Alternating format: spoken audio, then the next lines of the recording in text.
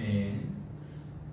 오늘은 누구의 뜻이 이루어지는 겁니까? 라는 제목으로 말씀을 나누고자 합니다. 말씀을 보실까요? 이스라엘 자손이 미디안으로 말미암아 여호와께 부르짖었으므로 이스라엘이 미디안으로 말미암아 궁핍함이 심한지라. 이에 이스라엘 자손이 여호와께 부르짖었더라. 말씀을 통해 무엇을 깨닫게 되십니까? 이스라엘 자손이 하나님께 부르짖었다는 것을 깨닫게 되십니까? 말씀은 그 이유를 어떻게 소개합니까? 말씀은 이스라엘 자손이 기도하게 된 이유를 어떻게 소개하냐는 겁니다. 말씀은 그 이유를 미디안 때문이라고 소개합니다.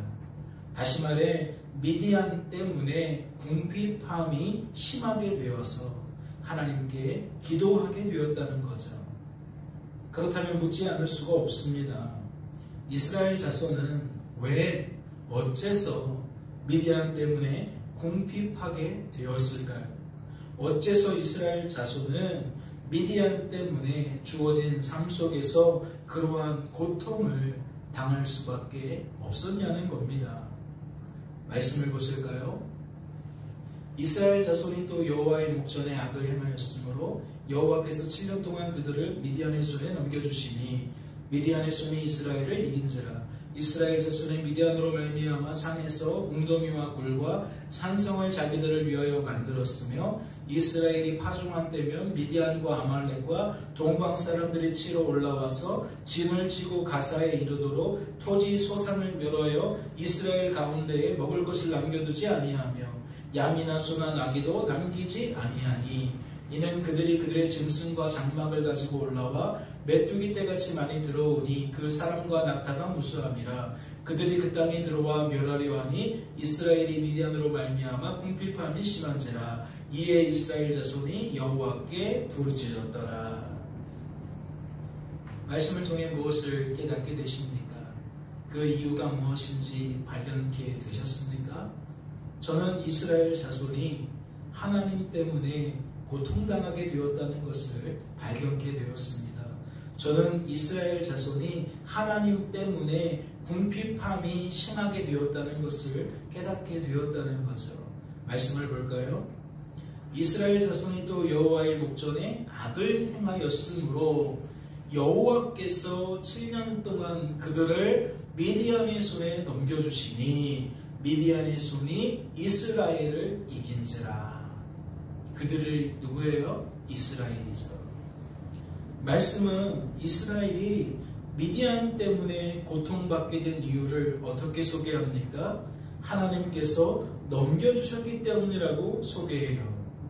그래서 미디안의 손이 이스라엘을 이길 수 있었다는 거죠.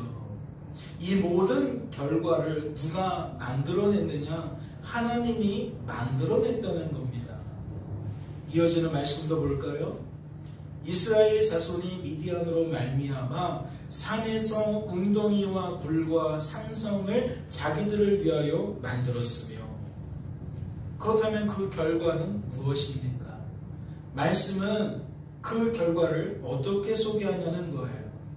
말씀은 하나님께서 이스라엘을 미디안의 손에 넘겨준 결과를 어떻게 이야기하고 있냐는 거죠. 말씀은 이스라엘 자손이 산과 웅덩이와 굴과 산성에서 지내게 되었다고 소개합니다. 이는 무엇을 의미하는 걸까요?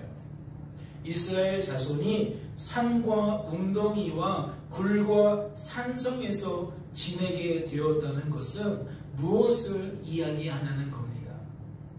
이건 이런 얘기예요. 이스라엘 자손들이 집에 머물 수 없었다는 거죠. 누구 때문에? 미디안 사람들 때문에. 미디안 사람들을 피해서 그들은 집을 버리고 산으로 들로 숨어 지낼 수밖에 없었다는 겁니다. 좋은 상황이 아니죠. 누구 때문에 집이 아니게 된 거예요. 누구 때문에 내 반이 아니게 된 거예요. 내 병실이 아니게 된 거예요. 내 일터와 사업장이 아니게 된 거예요. 무슨 의미죠? 그 속에 있으면 마음이 괴롭다는 거죠. 집에서 마음이 괴로워요. 학교, 특별히 내 교실에서 마음이 괴로워요. 병원에서, 내 병실에서, 내 일터와 사업장에서 머물지만 마음과 생각은 너무 괴로워요. 그러니까 결국 어떻게 돼요? 집을 나가게 돼요. 병원을 나가게 돼요. 일터와 사업장을 떠나게 돼요. 결코 쉬운 상황이 아닌 겁니다. 이어지는 말씀을 보세요.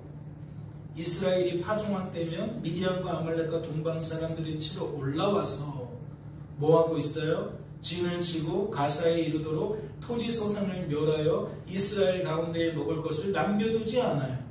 양이나 소나 나귀도 남겨두지 않아요. 이는 그들이 그들의 짐승과 장막을 가지고 올라와 메뚜기같이 많이 들어오니 그 사람과 낙타가 무수함이라. 그들이 그 땅에 들어와 멸하려 하니. 말씀은 그 결과를 어떻게 소개하는 거예요? 집에 대한 문제만 아니라 그들이 먹는 문제를 얘기하고 있어요. 의식주라고 얘기를 주로 하잖아요. 그런데 입는 것을 빼고 자는 곳과 먹는 것을 말하고 있다고요. 말씀은 토지 소산을 모두 빼앗겼다고 소개합니다. 먹을 것을 모두 빼앗겼다고 이야기한다는 거예요. 그런데 말씀을 보니까 무엇에 우리들이 관심을 기울여야 합니까?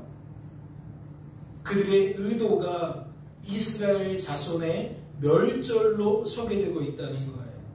멸절이라는 것이 무엇입니까? 아예 없애버리려고 한다는 거예요. 너무나도 꼴보기 싫어서 내 눈에서 치워버리고 싶어 한다는 거죠. 이는 무엇을 강조하기 위함입니까? 미디안 사람들의 수탈이, 그 강도질이 매우 심했다는 거죠. 아주 극심했다는 겁니다. 마치 미디안은 이스라엘 자손이 이 세상에서 사라지기를 바라는 것처럼 우리 식으로 표현하자면 쌀 한 톨 남기지 않았다는 거죠. 내년에 심어야 하는 종자까지 모두 빼앗아갔다는 겁니다. 이어지는 말씀을 보세요. 말씀은 그 결과를 어떻게 소개하는 겁니까?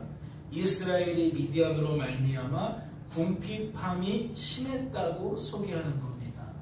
그렇다면 궁핍함이 심했다는 것은 어떠한 의미를 담고 있는 겁니까? 이스라엘 자손이 미디안 사람들 때문에 마치 멸절될 위기에 놓인 것처럼 매우 절박하고 매우 긴박하고 매우 극심했던 상황을 나타내고 있는 겁니다. 그렇다면 묻지 않을 수가 없어요. 과연 이스라엘 자손은 이러한 삶의 결과 속에서 어떠한 마음과 생각을 품게 되었을까요? 그들은 분명 주어진 삶의 결과 때문에 심신이 지칠 대로 지쳐 있을 거예요. 날마다 원하든 원치 않든 자신들의 무능함을 뼈저리게 맛보게 되었을 거라고요. 과연 그들이 그러한 상황 속에서 어떠한 마음과 생각을 품게 되었을까요?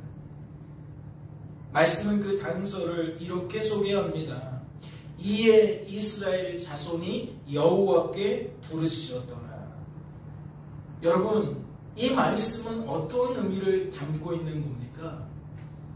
이것은 심신이 지칠 대로 지쳐버린 이스라엘 자손들이 날마다 원하든 원하지 않든 자신들의 무능함을 뼈저리게 맛보게 되었던 이스라엘 자손들이 누구를 바라보기 시작했다는 거예요? 누구를 의지하기 시작했다는 겁니까? 여호와 하나님을 바라보게 되었다는 거예요. 그러한 비참한 삶의 결과를 통해 이스라엘 자손이 하나님을 의지하게 되었다라는 것을 말하고 있는 거예요. 그렇다면 이러한 변화는 어떠한 가치를 나타내는 걸까요? 이러한 이스라엘 자손의 변화는 성도된 우리들에게 무엇을 시사하고 있냐는 겁니다. 말씀을 볼까요? 이스라엘 자손이 여호와의 목전에 악을 행하여 바알들을 섬기며 애굽 땅에서 그들을 인도하여 내신 그들의 조상들의 하나님 여호와를 버리고 다른 신들 곧 그들의 주위에 있는 백성의 신들을 따라 그들에게 절하여 여호와를 진노하시게 하였으되. 말씀을 통해 무엇을 깨닫게 되십니까? 이스라엘 자손은 여호와의 목전에 악을 행했다는 것을 깨닫게 되십니까?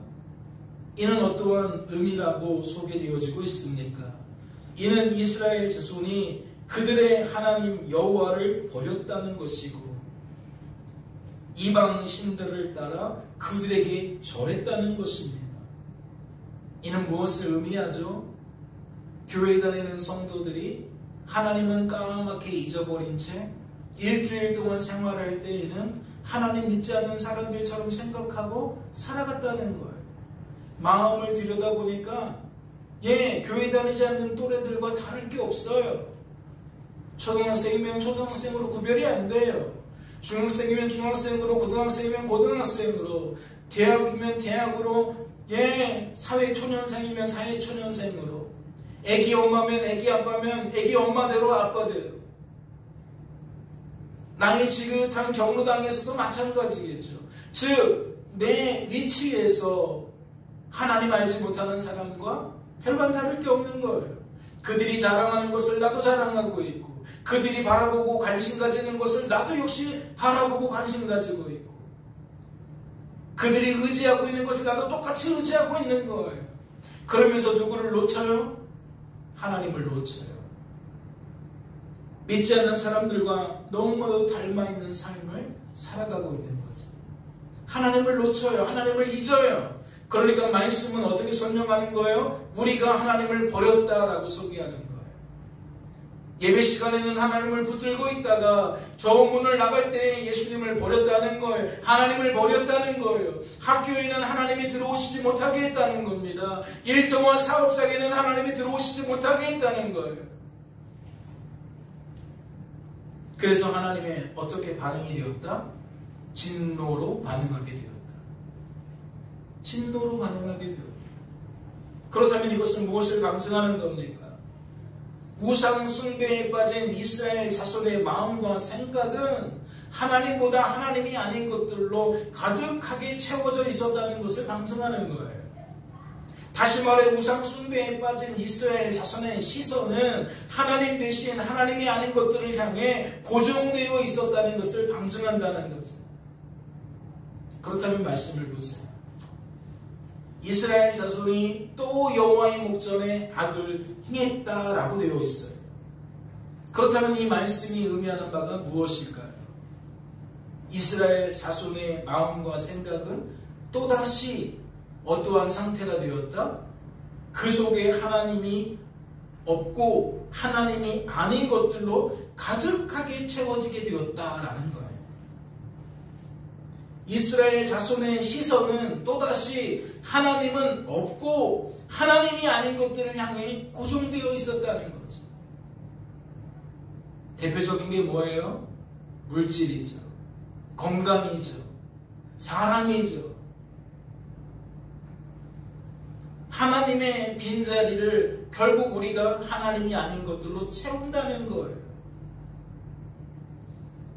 그렇다면 그런 이스라엘 자손을 미디안의 손에 넘겨주신 하나님의 의도는 무엇이었을까요? 지금 하나님의 백성들이 백성다운 삶을 살지 못해요. 하나님을 또다시 버렸어요. 그런데 하나님이 그들을 미디안에게 버린 까닭이 무엇이냐는 거예요. 미디안의 손에 넘겨주신 목적이 무엇이냐는 거죠. 하나님의 뜻이 무엇이었을까요? 이스라엘 자손의 마음과 생각이 다시 하나님으로 가득하게 채워지도록 만드시기 위함인 줄로 믿습니다. 하나님의 백성들이 구원받은 성도들이 마음과 생각 속에 하나님은 없고 온통 잡다한 것들로 가득 차 있으니까 그 시선이 하나님께 고정되어 있지 않고 늘 하나님이 아닌 것들을 향하여 고정되어 있으니까 하나님이 그들의 시선을 바꾸기 위해서, 그들의 마음과 생각 상태를 바꾸시기 위해서 무엇 하셨다? 그들을 미디안의 손에 넘겨주셨다. 그렇다면 이에 이스라엘 자손이 여호와께 부르짖었다라는 것은 성도된 우리들에게 무엇을 시사하고 있는 겁니까? 이 질문은 어떠한 답에 이르게 되냐는 거예요. 하나님께서는 하나님의 의도를, 목적을, 뜻을 이루셨다는 겁니다. 이스라엘 자손은 하나님 때문에 또다시 어떠한 삶을 살게 되었다? 백성다운 삶을 살게 되었다. 하나님 때문에 이스라엘 자손은 그 마음과 그 생각이 하나님으로 가득하게 채워진 삶을 살게 되었다. 그 시선이 하나님을 향해 고정되는 삶을 살게 되었다. 이해가 되십니까? 지금 이스라엘 자손들이 어떠한 상태에 있었고 하나님은 그들에게 어떠한 조치를 취하셨는지, 그래서 지금 이스라엘은 어떠한 상태가 되었는지 그 과정들을 잘 이해하셨습니까? 그렇다면 지금 이 모습은 무엇과 닮아 있는 겁니까? 저는 말씀을 준비하면서 이 모습이 지난 시간에 우리들이 살펴본 그 애굽의 기사와 너무나도 닮아 있다는 생각을 하게 되었습니다. 생각해 보세요. 우상 숭배에 빠져 있었던 이스라엘 자손이 결국 뭐하게 되었습니까? 하나님 때문에 기도하게 되었습니다. 마치 누구처럼요? 오늘 본문에 소개되어지고 있는 그 이스라엘 자손들처럼 애굽 시대의 이스라엘 자손들이 똑같은 삶의 결과를 먹게 되더라는 거죠. 하나님이 아닌 것들로 가득했던 이스라엘 자손의 마음과 생각이 하나님 때문에 다시 하나님으로 채워지게 된 출애굽 사건과 닮아 있다는 겁니다. 애굽 사람들의 신들을 향해 시선이 고정되었던 이스라엘 자손이 하나님 때문에 다시 하나님을 바라보게 된 그 출애굽 사건과 너무 닮아 있다는 거죠. 그래서 저는 여러분에게 질문을 드리지 않을 수가 없어요. 사랑하는 성도 여러분, 이것이 저와 여러분에게 무관하겠습니까? 이것은 보편적이고 일반적인 구원받은 성도의 삶일진데, 이것이 성도된 우리들의 하루하루의 일상일진데, 과연 이 말씀이 저와 여러분과 아무런 관계가 없겠냐는 거예요. 성도된 우리들은 지금 말씀을 통해 무엇을 기억해야 될까요? 무엇을 붙들어야 할까요? 말씀은 그 힌트를 이렇게 소개합니다. 여호와께서 이스라엘 자손에게 한 선지자를 보내시니 그가 그들에게 이르되 여호와께서 이같이 말씀하시기를 이스라엘의 하나님 내가 너희를 애굽에서 인도하여 내며 너희를 그 종 되었던 집에서 나오게 하여 애굽 사람의 손과 너희를 학대하는 모든 자의 손에서 너희를 건져내고 그들을 너희 앞에서 쫓아내고 그 땅을 너희에게 주었으며 내가 또 너희에게 이르기를 나는 너희 하나님 여호와이니 너희가 거주하는 아모리 사람의 땅의 신들을 두려워하지 말라 하였으나 너희가 내 목소리를 듣지 아니하였느니라 하셨다 하니라. 말씀을 통해 무엇을 깨닫게 되십니까? 저는 애굽의 기사와 마찬가지로 하나님께서 이스라엘 자손들이 기도하게 만드신 결과로 결국 하나님은 그 기도를 들으시고 뭐 하시는 거예요? 역사하시는 거예요. 마치 애굽에 모세를 보내셨던 것처럼 하나님은 이스라엘 자손에게 한 선지자를 보내셨다는 거죠. 그리고 보내신 그 하나님께서 선지자의 입을 통해 어떠한 메시지를 전달하셨습니까? 말씀을 보니까 이스라엘 자손들로 하여금 무엇을 깨닫게 만드셨어요? 우리의 민낯을 깨닫게 만드셨어요. 무능한 우리들의 민낯을 하나님이 선지자를 통해 밝히 이해할 수 있도록 만드셨다는 거지요. 따라서 저는 성도된 우리들이 나의 나됨이 무엇인지 확실하게 붙들어야 한다고 생각합니다. 오늘 본문 말씀을 통하여 성도된 우리들이 무엇을 붙들어야 되느냐? 나의 정체가 무엇인지, 나의 본 모습이 무엇인지 정확하게 이해하고 그것을 기억해야 된다는 것이지요. 생각해 보세요. 주어진 삶의 자리에서 우리가 어떠한 삶을 살고 있을까요? 나는 이스라엘 자손들처럼 살고 있지 않다라고 여러분 말할 수 있나요?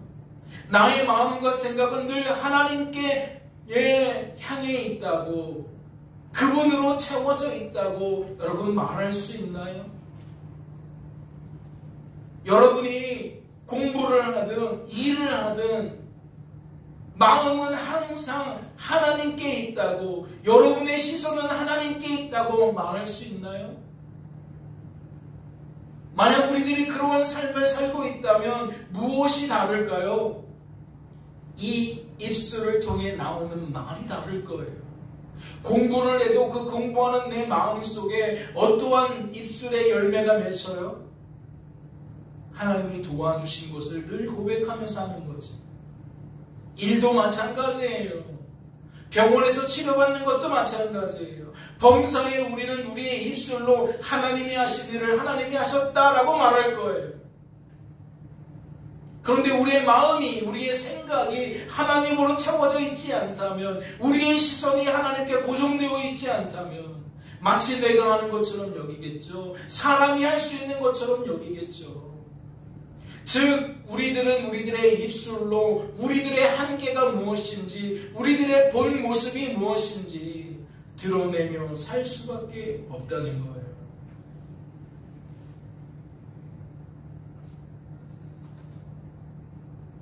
여러분 잘 생각해 보세요. 성경에서 말하고 있는 문제들은 대부분 무엇 때문에 나오는 겁니까? 어디에서부터 시작되는 겁니까? 성도된 우리들이 이러한 인생의 민낯을 오해하고 착각하는 데서 나오는 겁니다. 하나님께서 하신 일을 내가 한 일처럼 여기는 데서 나온다는 거지요. 하나님께서 하신 일을 하나님께서 하신 일로 여기지 못하기에 성도된 우리들의 시선이 하나님이 아닌 것에 고정된다는 겁니다. 일상을 살아가는 우리의 모습을 잘 보세요. 하나님을 바라볼 수 없으니까 늘 무엇을 바라보고 있는지를 보시라고요. 왜 입술로 늘 사람에 대한 이야기가 쏟아져 나오는지 잘 생각해 보시라는 거죠. 우리들의 입술이 왜 이런 얘기에 저런 얘기에 흥미를 느낍니까? 우리의 생각과 마음이 그러한 것들로 가득 차 있기 때문에 어떤 사람은 늘 입만 열면 그런 얘기를 하고 어떤 사람은 늘 입만 열면 저런 얘기를 하는 거예요. 즉 내 안에 가득하게 채워진 것이 우리들의 입술을 통해 자연스럽게 흘러나올 수밖에 없다는 거죠. 어디 그뿐인가요? 하나님이 하신 일에 대해서만 그런 게 아니죠. 하나님이 하실 일에 대해서도 마찬가지입니다. 하나님이 하실 일들을 하나님이 하실 일들로 여기지 못하니까 우리들의 시선이 어디에 머무른다는 거죠? 하나님이 아는 것에 머문다는 거예요. 저 사람이 해야 되는 일로 여기면 우리의 시선은 저 사람을 향해 고정된다는 거죠. 아니다, 이건 저 사람이 해야 될 일이다. 그러면 우리의 시선이 저 사람에게 머물다는 거예요.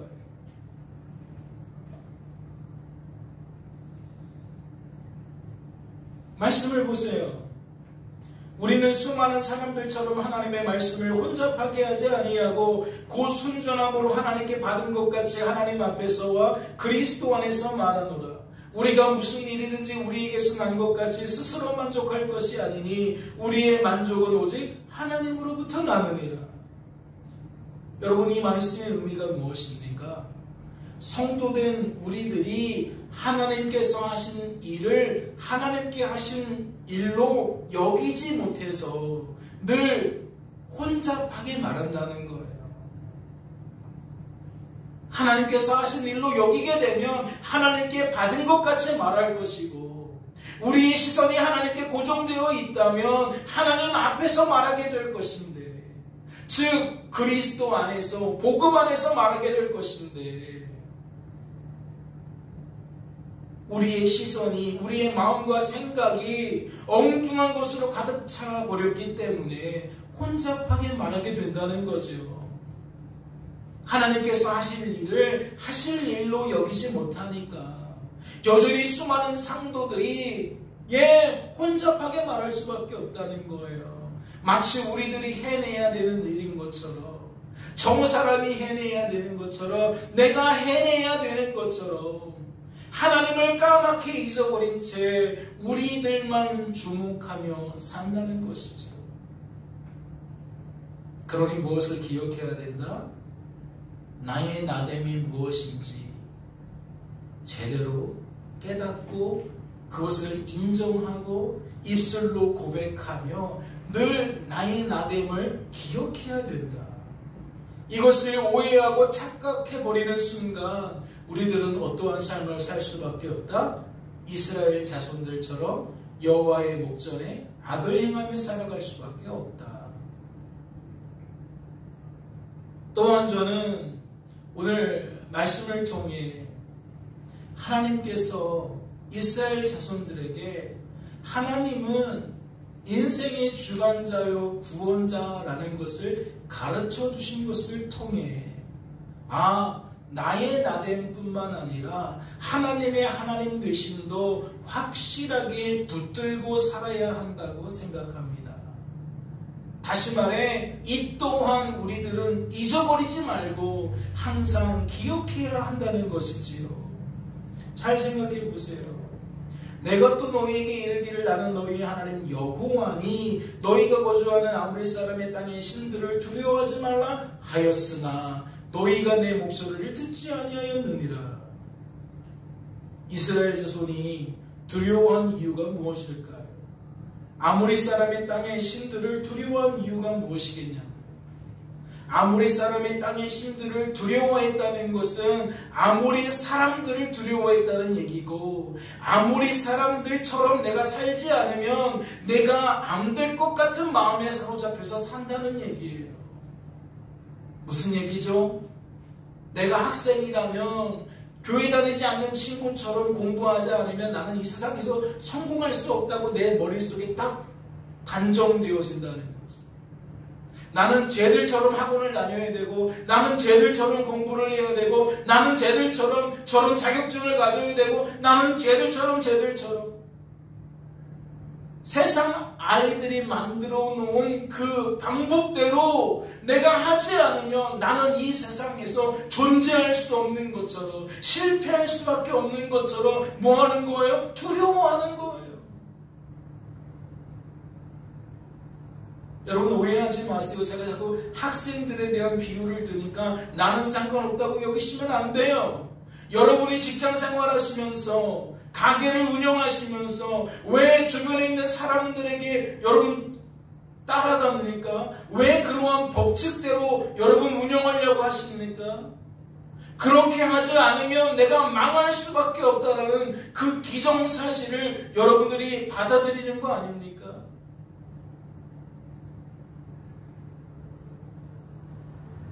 여러분, 이스라엘 자손이 아무리 사람의 신들을 두려워했다라는 것은 바로 이러한 의미를 나타내는 겁니다. 그렇다면 묻지 않을 수 없죠. 하나님께서 두려워하지 말라고 하신 이유가 무엇일까요? 우리에게 우리의 몫으로 그 분량을 맡기신 걸까요? 우리가 해야 될 일이기 때문에 하나님이 우리에게 그리하라고 말씀하셨을까요? 이스라엘 자손은 두려워하지 말라는 말씀을 자신들이 감당해야 되는 것으로 여겼는데 혹 우리들도 지금 그렇게 여기고 있는 것은 아니냐는 거예요. 내 인생을 주관하고 구원하는 분은 하나님이시지만 나도 내 인생을 주관하고 구원하는 존재이기 때문에 최소한 나는 그들처럼 열심히 공부해야 된다. 열심히 일해야 된다. 열심히 뭐 해야 된다. 그래야 하나님이 나를 도와주실 수 있는 거다 라고 착각하고 있는 것은 아니냐고요.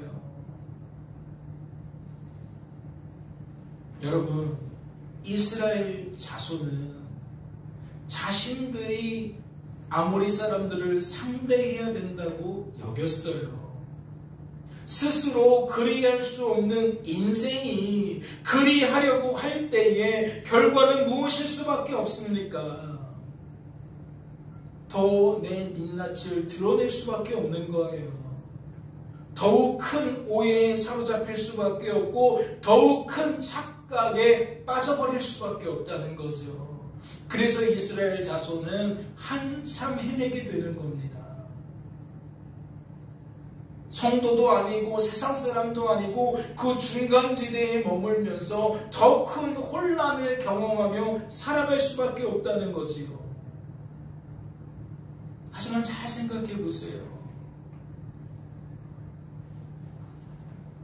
여호와께서 이스라엘 자손에게 한 선지자를 보내시니 그가 그들에게 이르되 여호와께서 이같이 말씀하시기를 이스라엘의 하나님 내가 너희를 애굽에서 인도하여 내며 너희를 그 종 되었던 집에서 나오게 하여 애굽 사람의 손과 너희를 학대하는 모든 자의 손에서 너희를 건져내고 그들을 너희 앞에서 쫓아내고 그 땅을 너희에게 주었으며 하나님께서 선지자를 통해 이와 같이 말씀하신 이유가 무엇일까요? 이스라엘 자손에게 출애굽 사건을 들려주신 이유가 무엇이겠냐는 겁니다. 하나님께서 이스라엘 자손을 애굽에서 인도해 내신 이유가 어디에 있었죠? 여러분, 오해하지 마시고 착각하지 마시고 제대로 답변해 보세요. 하나님께서 이스라엘 자손을 애굽에서 구별하신 이유가 어디에 있었습니까? 이스라엘 자손이 애굽에서 지내지만 애굽 사람들을 두려워하지 않고 애굽 사람의 그 삶의 태도를 닮아가지 않고 따라가지 않고 신실한 하나님의 백성들처럼 살았기 때문입니까? 오늘 본문 말씀의 근거에서 생각해 본다면 그들을 애굽 사람들을 두려워하지 않았기 때문에 하나님이 그들에게 특별한 은혜를 베풀어 주셨냐고요. 여러분 정말 그렇게 생각하신다면 큰 착각입니다. 큰 오해입니다. 하나님께서 이스라엘 자손을 출애굽시켜 주신 이유는 이스라엘 자손에게 없었습니다. 오늘 본문에 소개된 이스라엘과 이 애굽 시대의 이스라엘은 다를 게 없어요. 세상 눈치 보며 세상 따라가기 바빴습니다. 세상 권세 잡은 자들 앞에 두려움을 느끼며 그들과 동화되고 그들과 동조해서 삶을 살아갔다는 거죠. 말씀을 보세요. 말씀은 정확하게 이야기합니다. 하나님께서 그들을 구별해 주신 이유가 무엇입니까? 그들을 구원해 주신 이유가 무엇입니까? 그들을 건져내신 이유가 무엇입니까? 다시 말해 그들을 인도하시고 그들을 보호해 주신 이유가 무엇이냐고요. 그들이 자격증이 있었기 때문입니까? 그들이 성실했기 때문입니까? 그들이 순종했기 때문입니까? 말씀에 지금 그런 얘기가 어디에 있습니까? 하나님이 그들의 고통 소리를 들으시고 이미 지난주에 살펴보셨잖아요. 그들이 고통 소리를 내게 된 이유가 무엇입니까? 하나님이 하나님의 약속에 근거해서 이스라엘 백성들을 번성하게 만드셨기 때문입니다. 학대를 받아도 더욱 번성하게 만드셨기 때문입니다. 애굽왕 바로는 왜 이스라엘 자손을 못살게 굴었습니까? 번성하게 만들었기 때문입니다. 하나님이. 즉 하나님 때문에 이스라엘 자손들은 뭐하게 된 거예요? 고통당하게 된 거고요. 하나님 때문에 또한 뭐하게 된 거예요? 기도하게 된 거예요. 왜요? 하나님은 하나님의 뜻을 이루시려고 그와 같이 만드신 거예요. 큰 민족을 이루어 주시겠다고 했기 때문에 이루어 주신 것이고, 내가 다시 올라오게 만드시겠다라고 하셨기 때문에 올라오도록 만드시기 위해 이스라엘 자손들에게 무엇을 드러냈어요? 하나님이 아닌 것들이 얼마나 부적절한 것인지, 얼마나 무가치한 것인지 명명백백하게 깨닫게 하신 거예요. 그러니까 애굽 사람들이 붙들었던 그 다양한 신들, 그 신과 관련된 가치들을 하나님께서 재앙을 통해 다 무너뜨리신 거예요. 물질이 대단한 게 아니다. 건강이 대단한 게 아니다. 명예가 대단한 게 아니다. 권세가 대단한 게 아니다. 하나님이 모두 무너뜨리셨다는 거죠. 하나님을 대신해서 붙들었던, 하나님을 대신해서 바라보고 의지하던 모든 것들을 무너뜨리셨다는 거예요. 그런데 말씀을 보시라고요. 왜 하나님이 그런 일들을 하셨다라고 말하고 있는지. 다른 게 아니에요. 언약을 기억하셨다라는 거예요. 언약을. 하나님의 뜻을 기억하셔서 하나님의 뜻을 이루시기 위해 그런 일들을 행하셨다는 거죠.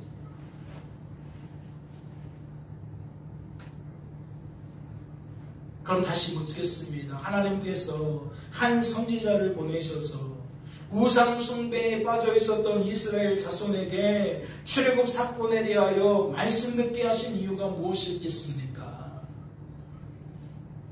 성도된 저와 여러분에게 오늘도 이 말씀 듣게 하신 이유가 무엇이겠어요? 다른 거 아닙니다. 오해하지 말라는 거예요. 제발 착각하지 말라는 거예요. 학교 생활하면서 엉뚱한 생각으로 채워지지 말라는 거죠. 직장 생활하면서 헛된 것들을 바라보지 말라는 거예요. 우리들의 시선을 하나님께 고정하라는 것이고, 우리의 마음과 생각을 하나님으로 채우라는 이야기입니다. 다시 말해, 하나님만 하나님이시니까 자꾸 이것을 뒤엎지 말라는 거예요. 인생의 주관자와 구원자는 오직 하나님밖에 없으니까 자꾸 이것을 삐집고 들어와서 다른 말들을 덧붙이지 말라는 거죠. 하나님께서 우리들에게 허락하신 새로운 한 주간의 삶 속에서 성도된 우리들은 이 두 가지 사실을 꼭 기억해야 될 줄로 믿습니다.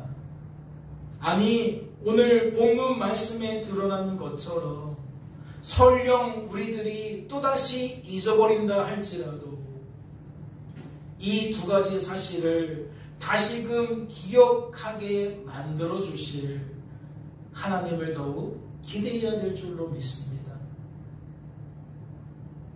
때로는 그 과정 속에 가정이, 집이 더 이상 가정으로, 집으로 여겨지지 않을 만큼 마음이 혼란스러울 수도 있을 거예요.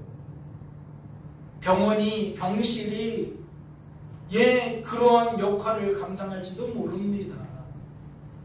사방팔방이 모두 나를 속이는 것 같고 내게 있는 것을 빼앗아가는 것 같아서 늘 불안하고 초조하여 심신이 지쳐버리고 또 지쳐버리는 그러한 상태가 될지도 몰라요. 그래서 우리는 삶을 살아가면서 나는 정말 이거밖에 안 되는구나 라고 내 한계를 맛보고 또 맛보게 될지도 모릅니다. 공부를 통해서도 그럴 수 있고, 일을 하면서도 그럴 수 있고, 취미생활을 하면서도 그럴 수 있고, 일상을 살아가면서 우리들은 얼마든지 그럴 수 있어요. 그런데요, 착각하지 마세요. 오해하지 마세요. 그런 과정은 하나님께서 우리를 하나님의 자녀답게 만드시기 위한 과정입니다. 다시 말해, 오해와 착각에서 우리의 마음과 생각을 옮기시기 위함이라는 거죠. 우리의 시선을 하나님께 옮기시기 위함이라는 겁니다. 깨닫는 은혜가 있으시기를 주님의 이름으로 소망합니다. 잠시 기도합니다. 하나님 아버지 감사합니다. 우리들은 이 땅에서 어떠한 삶을 살고 있습니까? 인생의 주관자여 구원자이신 하나님께 철저하게 보호받는 삶을 살고 있습니다. 세밀하게 섬세하게 인도받는 삶을 살고 있습니다. 내가 사는 것처럼 오해하고 착각하지 않게 하여 주옵소서. 그리스도께서 사시는 삶을 살아가면서 우리가 또다시 오해와 착각하게 되어질 때에 그 삶은 너무 비참합니다. 우리는 우리의 죄의 열매를 먹으며 살 수밖에 없습니다. 주님, 이제라도 우리의 마음과 생각이, 우리의 시선이 변화되게 하여 주옵소서. 말씀 듣는 중에 변화받게 하여 주시니 감사합니다. 새롭게 주어진 한 주간의 삶 속에서 우리의 마음과 생각이 하나님으로 채워질 줄로 믿습니다. 더욱 우리의 시선이 하나님께 고정되어질 줄로 믿습니다. 주여 우리를 도와주시옵소서. 주께서 우리를 붙들어 주실 줄로 믿고 감사드리며 이 모든 말씀 우리를 죄에서 구원하신 예수님의 이름으로 기도하옵나이다. 아멘.